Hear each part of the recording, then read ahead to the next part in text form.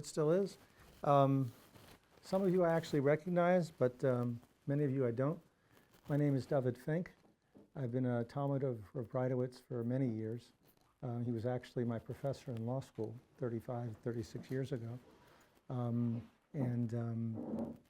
Thank God, with the advent of modern technology, my family continues to learn from him every week through Torah Anytime and through other mediums that are available to us. And I just want all of you to take a second to appreciate being with him every week. He's one of the most incredible people on the planet. And it's a big kavod for me that he allows me to speak to you guys. I know usually you speak about Parsha. We only have, I think, 7 or 8 sources altogether. We're really only using the first 6. If there's extra time, I'll use the sources on the last page. But this is more of a global idea that I want to share with you, because you're all sitting here learning, and you're learning Gemara, and you're learning various things, all really important for your development. But what you need to know, and this is something that no one really comes right out and tells you, is that whether it's philosophy, whether it's personal conduct, or whether it's psychology, there are tremendous lessons that jump out of the pages of the Torah and the Chumash if you're prepared to look for them.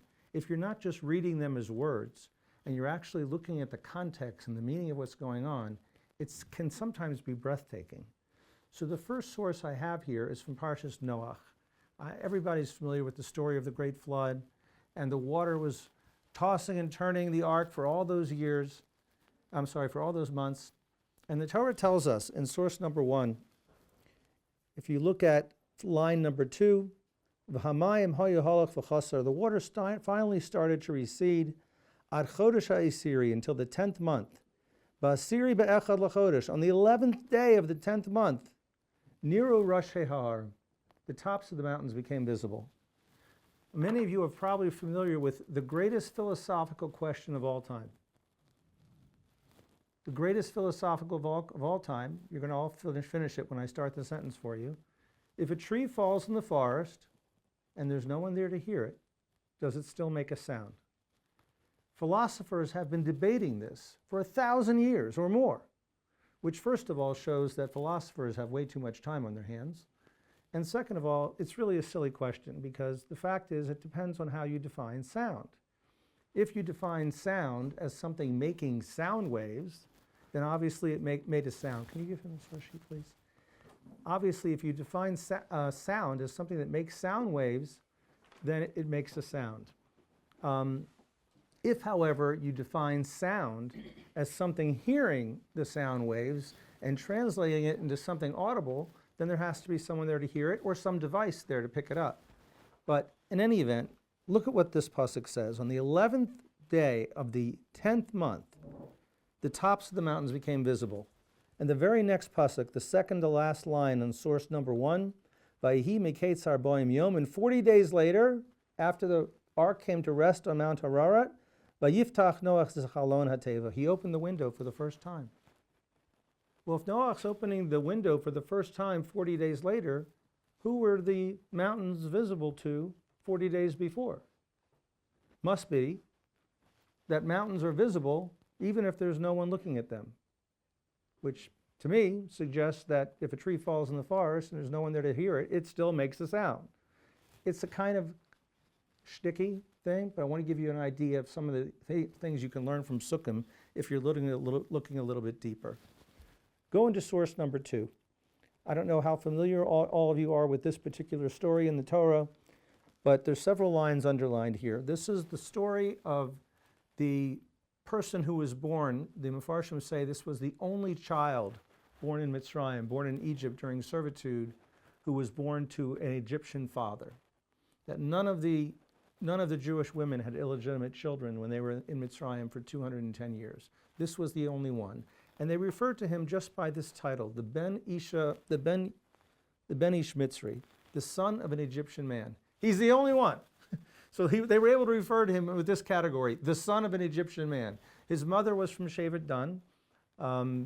Apparently the story goes in Mefarshim about how the Egyptian master fooled her and he called her husband out early to work that day so he would be free to go into the house in the dark and be with her. But in any event, they had a child, and he's referred to as the Ben Ish Mitzri. Well, the Ben Ish Mitzri is going about his business with Klal Yisrael in the desert, and he's living with his mother's family in Yeshivat Ohr. And something happened. And this is in Parshas Emor, towards the end of Sefer Vayikra. This is when they start discussing how they're going to divvy up land in Eretz Yisrael. How are you going to know where your Shevet is? How do you know which parcel of land is yours? And so it came out that the land is being given out by fathers' families. We all know that if your mother's Jewish, you're Jewish. We get that. But when they gave out nachlas, when they gave out inheritance in Eretz Yisrael, it was done by fathers' families. So this guy comes out and starts complaining. Source number 2, Ben Isha Yisraelis, v'hu Ben Ish Mitzri, b'toch b'nei Yisrael, v'yimatznu ben Achana ben ha-Yisraelis v'Isha Yisrael. He's a Jewish guy. V'yikov ben Isha, he starts complaining. Es Hashem v'yikalo v'yavo es Moshe. He curses Hashem. He says, this is unfair. I'm a Jew, just like everybody else here. My mother's Jewish, and I'm not getting a chelik in Eretz Yisrael because they're being given out by fathers' families. I didn't do anything wrong. And even if my father was not a good person, I'm a full-fledged Jew by virtue of my mother being Jewish. And I'm being taken out of the inheritance of having a land in Eretz Yisrael because it's being given out by fathers' families. Everybody understand his complaint? Yeah. So anyway, what ends up happening in the last 3 lines in source number 2, everyone who heard him curse Hashem, they give him skila, they stone him for cursing Hashem. Okay, it's a story we could ask a lot of questions about, and a lot of commentaries discuss it, but at its core, let's get the principle. The guy comes out and says, I'm Jewish, my mother's Jewish, I'm a full-fledged Jew, and I've been living with you for all this time. And now that inheritance is being given out in Eretz Yisrael, you're telling me I'm excluded. Because even though I'm a full-fledged Jew, it's being given out according to fathers' families. And he curses Hashem, and they ask, it's not in the source sheet, they ask, what do we do with this guy? We've never had anyone curse God before. And he says, you take him out and you give him skila. Okay, that's the story. That's the core points in the story. Now I want you to look down in source number 3. Source number 3 comes down in Parsha Shavua terms about 7 to 8 weeks later. And this is a story of the Benos Zelophehad. How many of you have heard of the Benos Zelophehad? Benos Zelophehad are 3 daughters, 3 sisters, and the only thing we really know about them is that their father died during the time in the desert, in the Midbar. There are some Mefarshim who say that he was the Makoshesh Eitz, the person who chopped wood on Shabbos to see if it was really true that what Hashem was saying, you weren't allowed to do certain things on Shabbos. The Gemara has certain discussions about him. It was L'Shem Shemayim, it wasn't, whatever it was. But the point is, that's who the Benos Zelophehad were.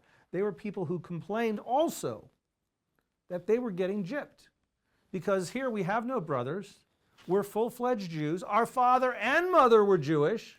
Our father died in the Midbar before inheritance was given out.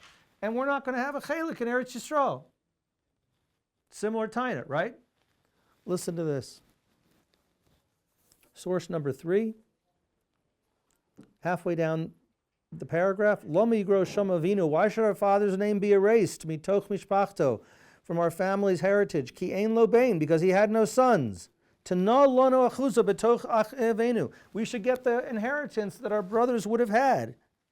Vayikrav Moshe es mishpat lifnei Hashem. And Moshe brought this to Hashem. Seems like they have a legitimate taina. Vayomer Hashem al Moshe kain benos Zelophehad. Dovros nasan titein lehem achuzas nachla. They're right. Listen to the Benos Zelophehad. They should get an inheritance. Betoch achi avihim, in place of the brothers that would have been born to their father. How do you reconcile these 2 stories? The Ben Ish Mitzri complains, I'm a full-fledged Jew, and I'm not getting a chelik because my father wasn't Jewish. Comes along the Benos Zelophehad, literally within a month's time, and says to Moshe Rabbeinu, we're getting gypped. Our parents are Jewish, but we have no chelik in Eretz Yisrael because we have no brothers, and our father's dead. There's no one to give his chelik to. And they end up giving the chelik to the Benos Zelophehad. The Ben Ish Mitzri gets skila. He gets stoned. And the Benos Zelophehad get a chelik in Eretz Yisrael. How do you reconcile this? Any ideas? Yeah. The person that got stoned was being selfish. And he cursed God on top of that for not giving him what he felt was deserving to him. While the people that are the sons of daughters, while the man who was going to receive land had no sons of his own, there's still like a land there that's some form of inheritance meant to go to his family. And even though he doesn't have sons, it should still go to his male heirs or his male family. I think that's exactly a big part of what we're going to talk about. Anybody else had any explanations for this? Yeah. If it didn't go to the daughters, or in the second case, if it didn't go to the daughters, where would it have gone? It would have been redistributed among the other members of Yeshivat Dun. You know, it would have been given to somebody based on their father's family. It just wouldn't have been that family. But I think what this gentleman said here is 1,000% right. Look at the difference in the way they approached the problem. The Ben Ish Mitzri comes out swinging. Moshe Rabbeinu is corrupt. Hashem is not just. This whole thing is crazy. And he ends up getting stoned. Look what the Ben Ish Zelophehad say. It says on the first line of source number 3, Vatikravna. And they approached. And they came to Moshe Rabbeinu in a docile way. And they said, it seems like there's perhaps an injustice happening here. And they explained their situation. At the core, their complaints are exactly the same. But the unmistakable difference is the way they approach their problem. One person comes out swinging, attacking, accusing, until eventually he curses God and earns himself the sentence of stoning. The Ben Ish Zelophehad say there appears to be an injustice. They approach Moshe Rabbeinu, he approaches Hashem for an Eitzah, they end up getting a chelik in Eretz Yisrael. In plain English terms, I would put it like this. Sometimes how we say something is even more important than what we are saying. When you come out and you're yelling and kicking and screaming, first of all, everyone thinks you're Meshugana. And second of all, nobody's disposed or inspired to help you. And third of all, and probably most important, the Rambam says very clearly that when someone's angry, they say things they don't mean, they act in a way that's out of character, and bad things happen. That's the Rambam. That's why the Rambam says you should have every midas beinus. You shouldn't be too generous, you shouldn't be too cheap. You shouldn't be too arrogant, you shouldn't be too humble. Everything in between. There's a time and place for everything, with the exception of one midah. The Rambam says you should never have the midah of ka'as, of being angry. Because when people are angry, they do things out of character, they hurt people's feelings, and they're just not acting like themselves. That could not be captured more graphically than in the contrast between the Ben Ish Zelophehad, the daughters of Zelophehad, and the Ben Ish Mitzri, the son of an Egyptian man who comes out swinging. Sometimes how we say something is as important or more important than what we are saying. And number two, when you're angry, just keep your mouth shut. It's a good lesson. There's plenty of times to discuss things and talk about things, but when you're angry is the worst time to talk about things because you're not yourself. You're not necessarily in control. Again, this is something that 95, 97% of people who are born into religious families and grow up from, and they go to yeshiva and they go to day school, they miss this lesson. And you know why they miss it? They miss it because it's 7 weeks apart. And by the time they get to the story of the Ben Ish Zelophehad, they forgot about the story of the Ben Ish Mitzri, or they didn't put two and two together. There are incredibly profound lessons here if you just take the time and realize how to put it together. The same concept applies in learning Gemara. You learn a Masechta like Makas. Makas has all the dinnams of when you give lashes or malchus to somebody, has the dinnas of Edim and Edim Zomim and many other things. Makas is an incredible Masechta. If you get schus later on to learn Maseches Sanhedrin, Maseches Sanhedrin, I would say, probably has about a 20 to 30% overlap with Maseches Makas. There's many similar things that are discussed from a different angle, different perspective, different Amoraim. When you learn Makas for the second time after you've learned Sanhedrin, it's a different Masechta. There's so many other things that come in context. The totality of Chumash, the totality of Torah for that matter, including Gemara and everything else, is such that every time you learn something new, it enhances and it enriches everything you've learned before. It's just a more complete picture of what you're getting. And that's the one thing that I want you to take out of this story of the Ben Ish Mitzri and the Ben Ish Zelophehad, the different approaches. Now, that was 95 to 97% of people who have been religious all their lives miss. You get into source number, flip the page to source number 4, and we're talking about something that everybody misses, including some people that have Rabbi in front of their name. because it's not something you would understand just from reading the words. You have to delve into them and understand, not making anything up, not getting any abstract thoughts in, just reading what the words say.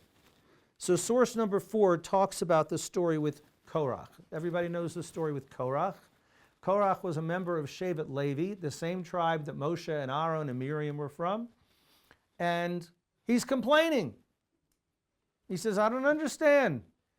Moshe, you've been in charge since we left Mitzrayim. You put your brother as the head Kohen. Your sister is in charge of all the things they say in her schutz. We had the water in the midbar. She's a big shot too. And he uses these explicit words in source number 4. Line number 2, Vayakumu lifnei Moshe. He got up in front of Moshe. V'anashim ibnei Yisrael, and other men joined in with him. 50 umasayim, 250 men. Nesiei Eda, heads, chiefs of their tribes. Kyrie moed anshe Hashem.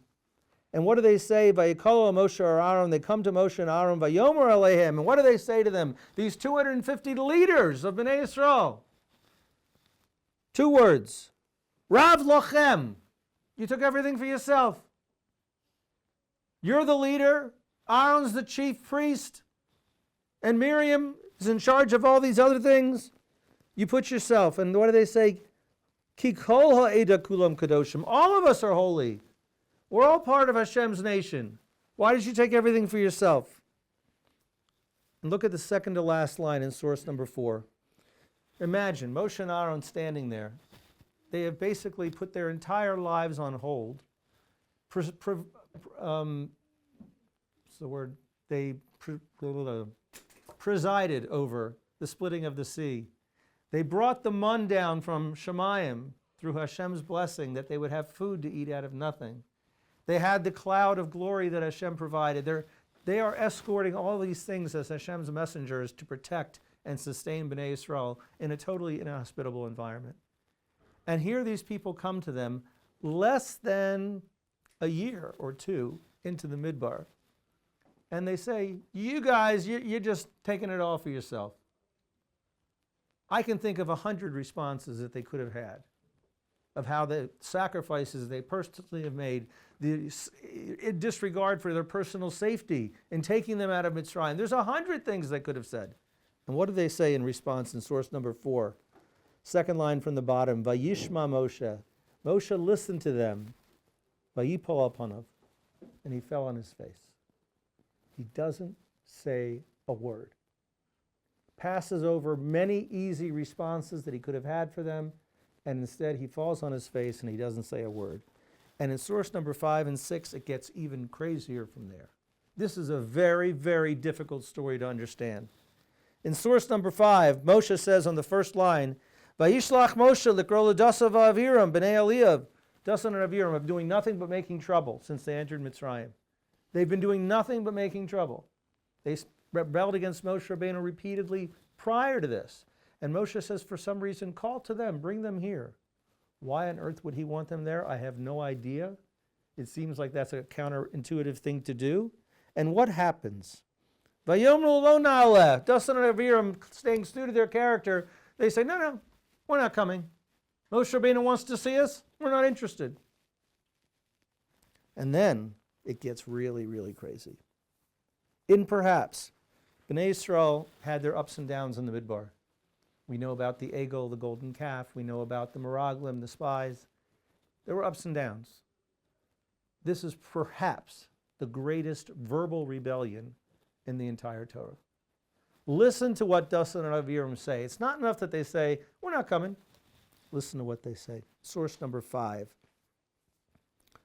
Hama'at, line number 2. Ki he'elisanu me eretz zavas chalav udvash.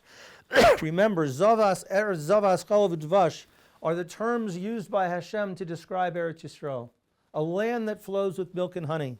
And what do Dasan and Aviram say? He'elisanu. They took us out of a land that flows with milk and honey. La'amisenu bamidbar, so they could kill us in the desert. Can you imagine? Using the words that Hashem uses to describe Eretz Yisrael, to describe the joyous life they had in Mitzrayim, in Egypt.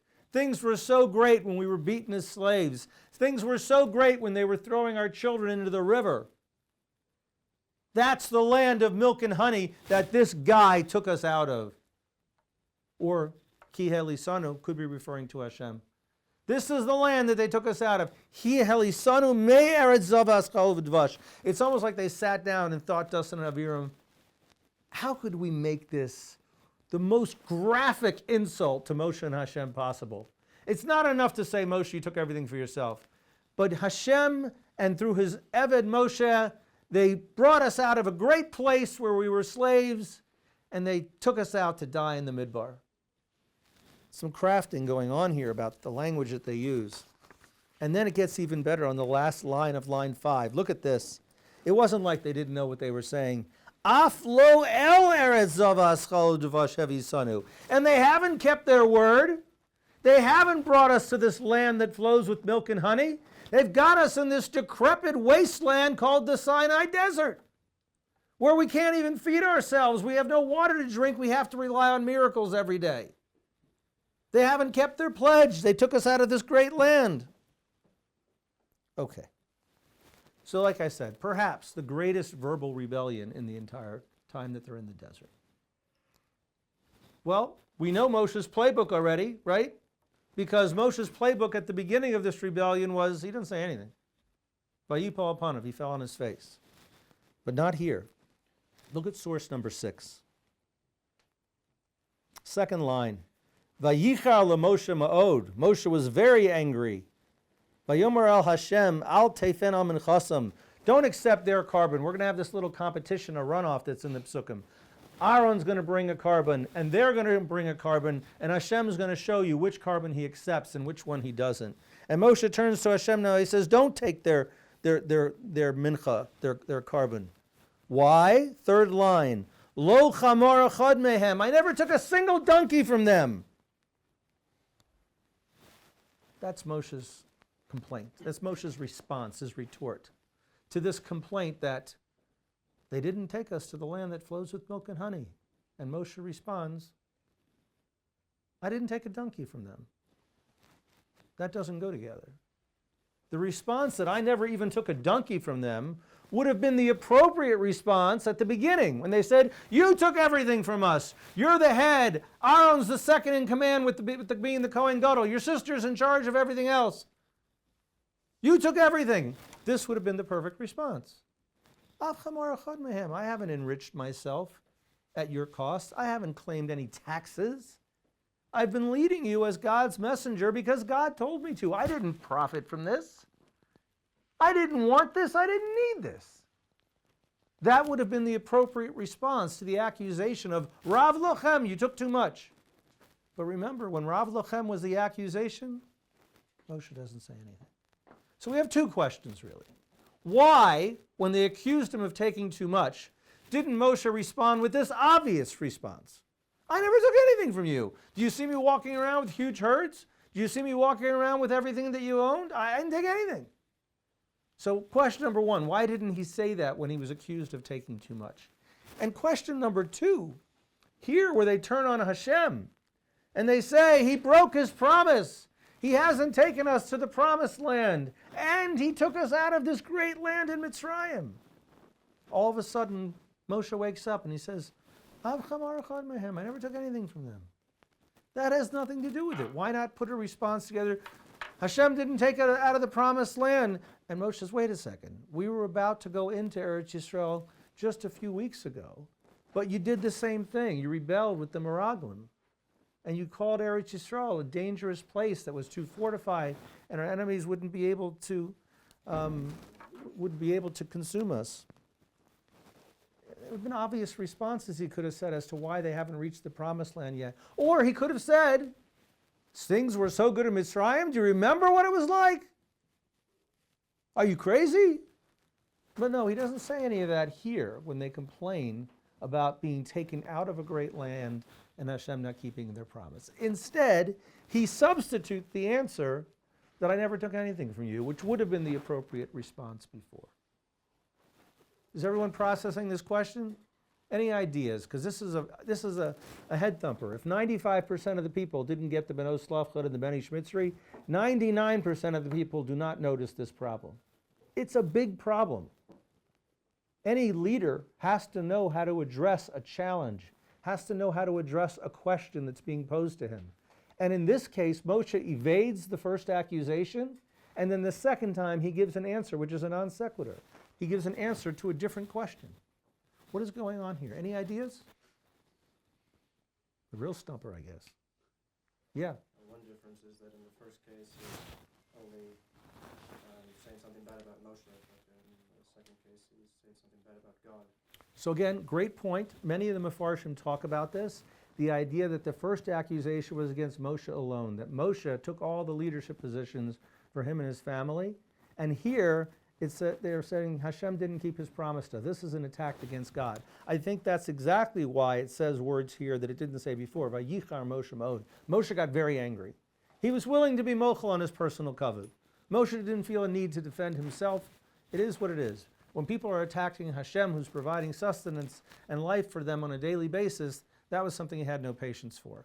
But I don't think that answers the question about why he gave the first answer in the second place. Still very troublesome.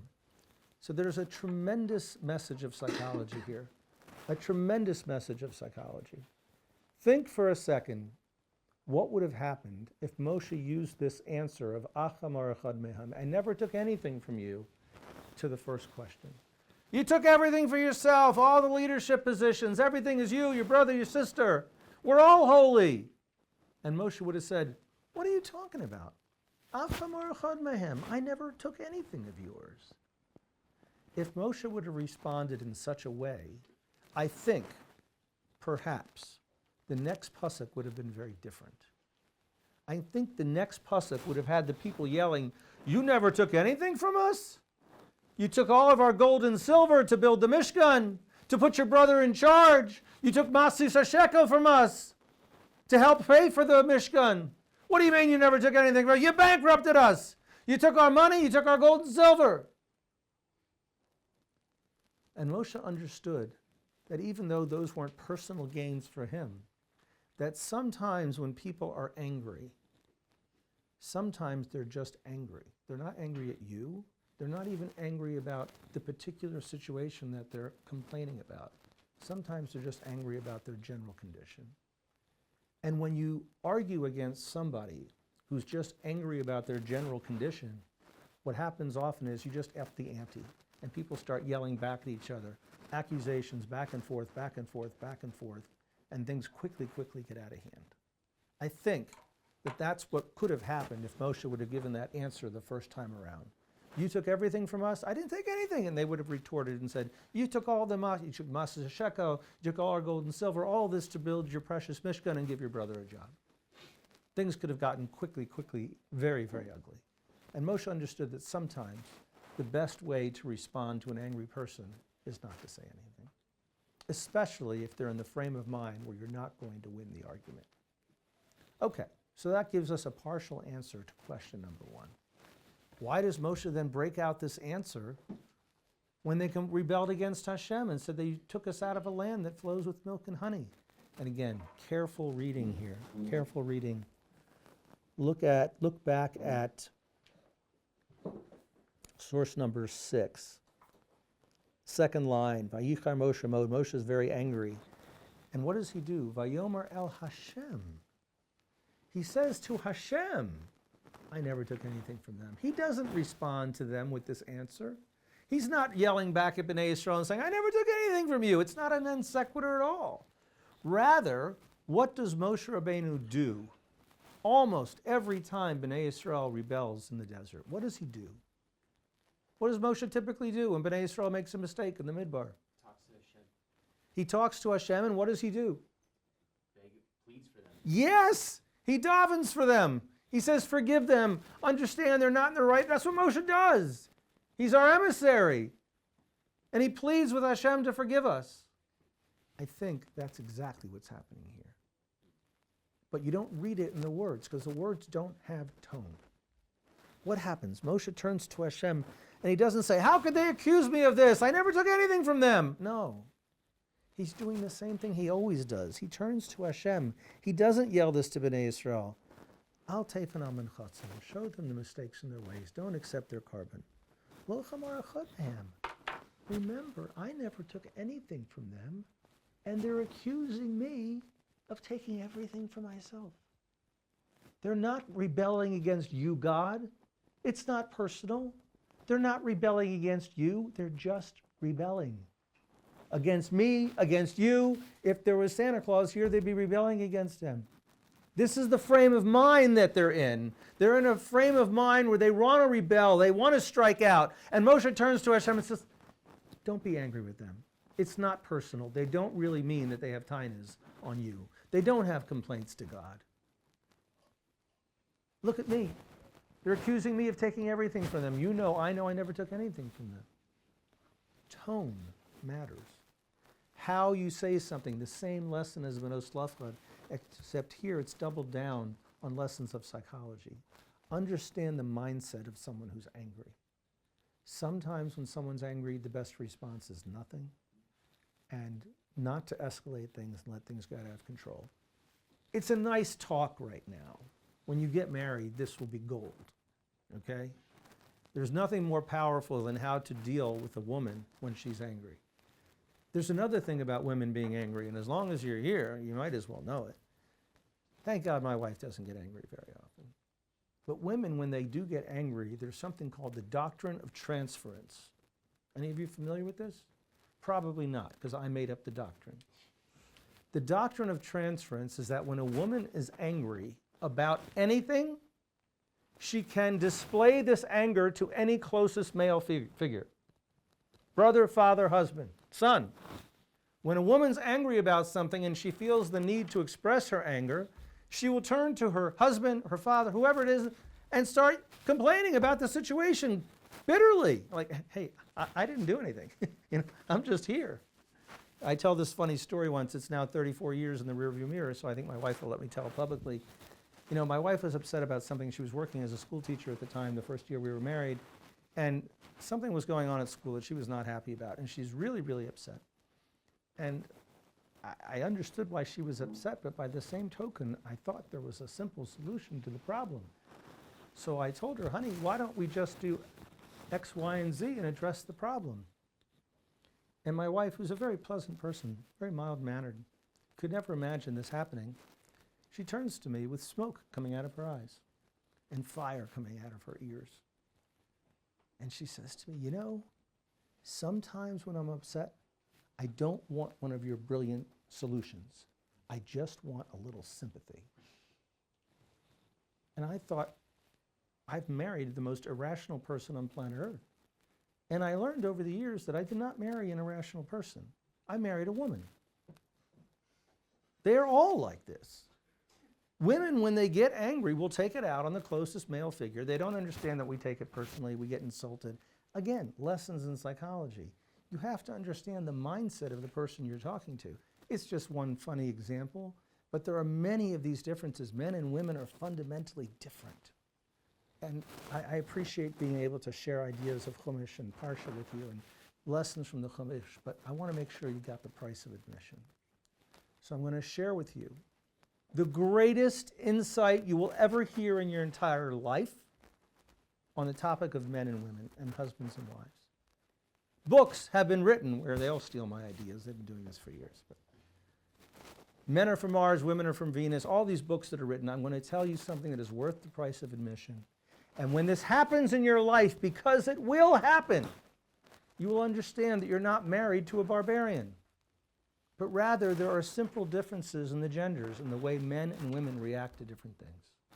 So, accept it from me, I'm going to tell you this story. A scientific study was done. This is now going back about 8 years. They took 500 men and 500 women. By the way, that's considered a large sample. When they test drugs that they're going to give you that can kill you, often the sample size is 50 people. They're going to decide to give you life-threatening medication, which may save you, may kill you, based on a sample of 50 people. This was a sample of 500 men and 500 women. And they hooked the men and the women up to all types of machines which can measure physiological changes in the body. blood pressure, respiration rate, pulse, anything you could measure with a machine, they hook them up to.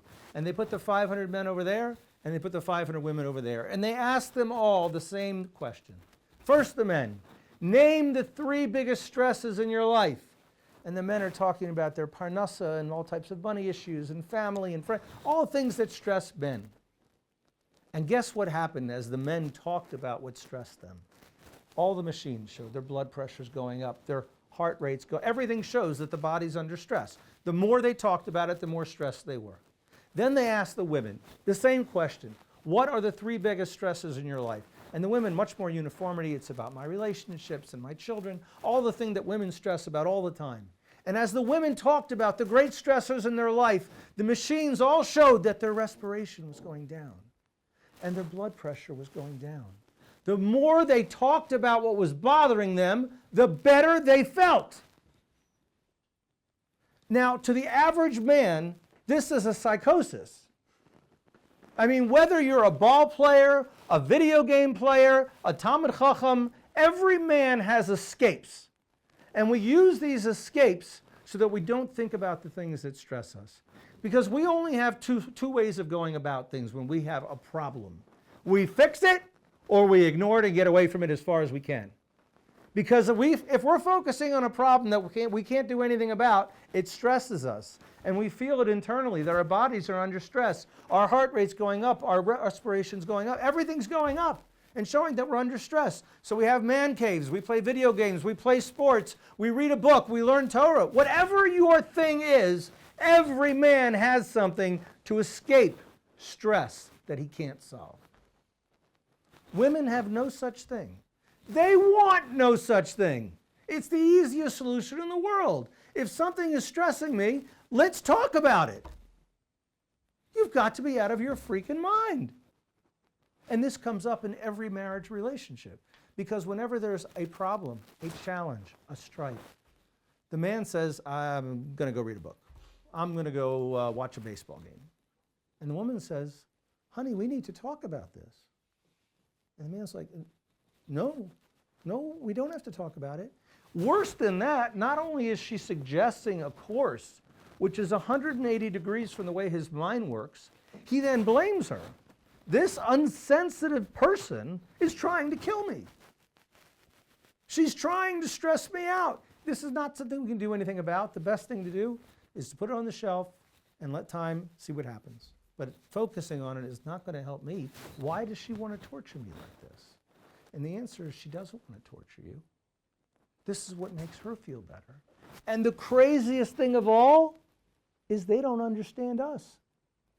They think we're being evasive, we're not dealing with the issue. No, they don't understand that the more we talk about an insolvable problem, the worse we feel. Both people are doing what is in their natural, instinctive best interest. And if you don't understand that the person you're married to is not crazy, they're just of a different gender, you think there's something wrong with your spouse. You're welcome.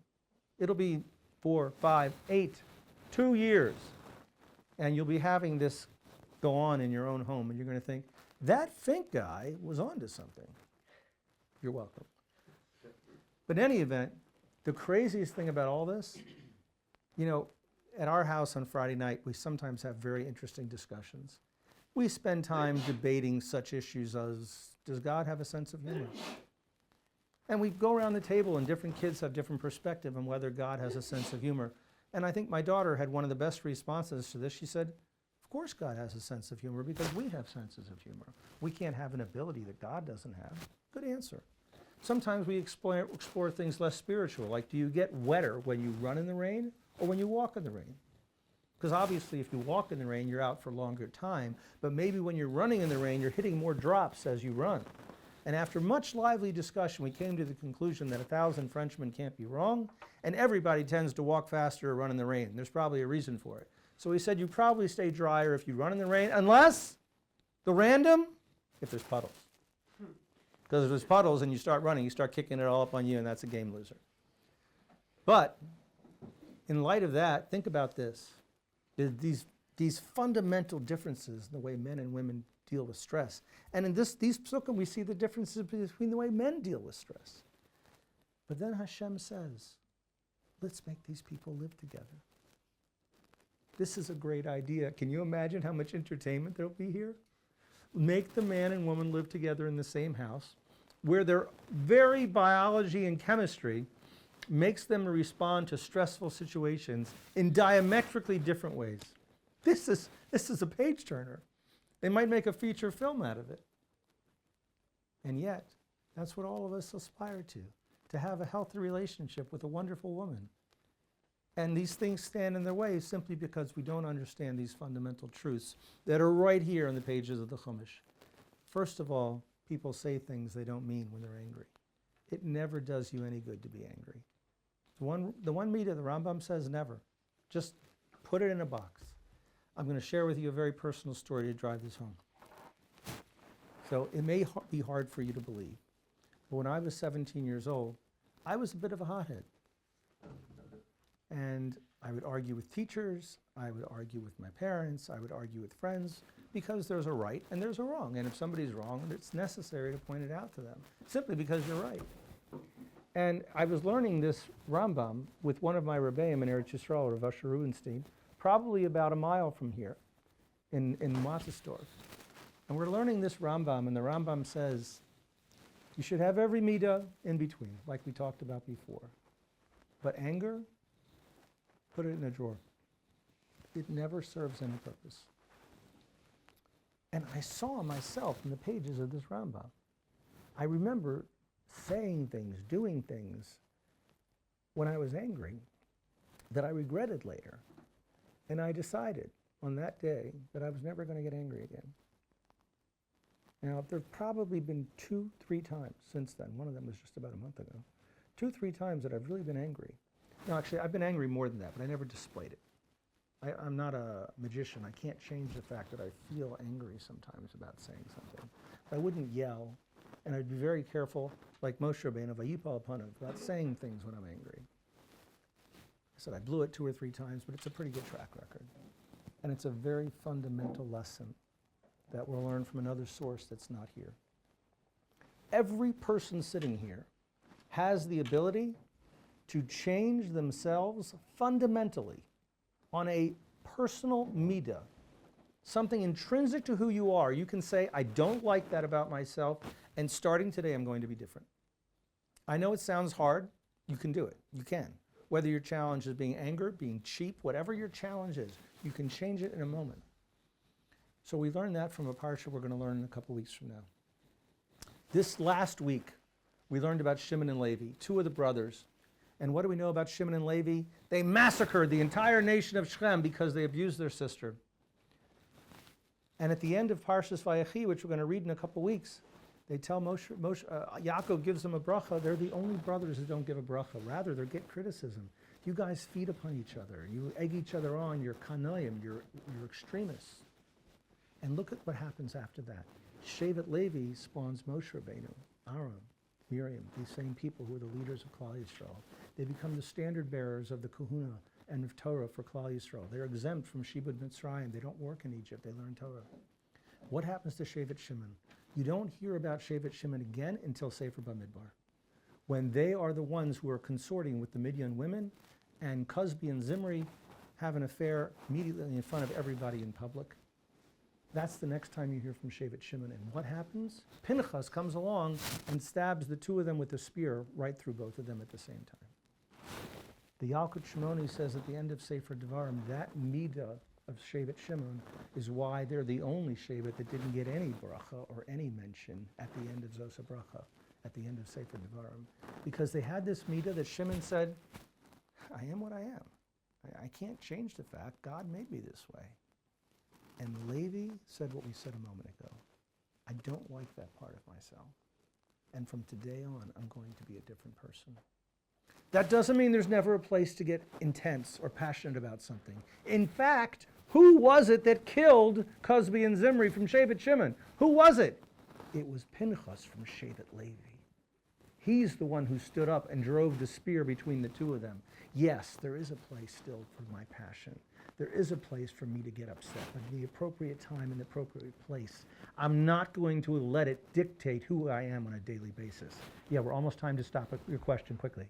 Just like another well. It was the Kohanim and the Leviim that stood up to fight the Greeks. Exactly right, 1,000%.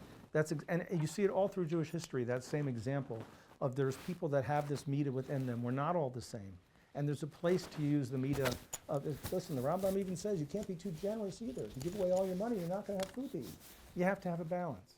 And there's always a time to break out our baser instincts, but we can't let it run our lives. In any event, every time you learn Chumash, every time you learn a Parsha, understand there are gold mines here. There are golden nuggets to be milled. Just take the time to read, to translate, and understand perhaps the deeper meaning that you miss if you just read it quickly. It's an honor and a privilege to be with you. Hopefully we'll be together again soon. If anybody wants to be in touch with me, my email is davidefink@yahoo.com.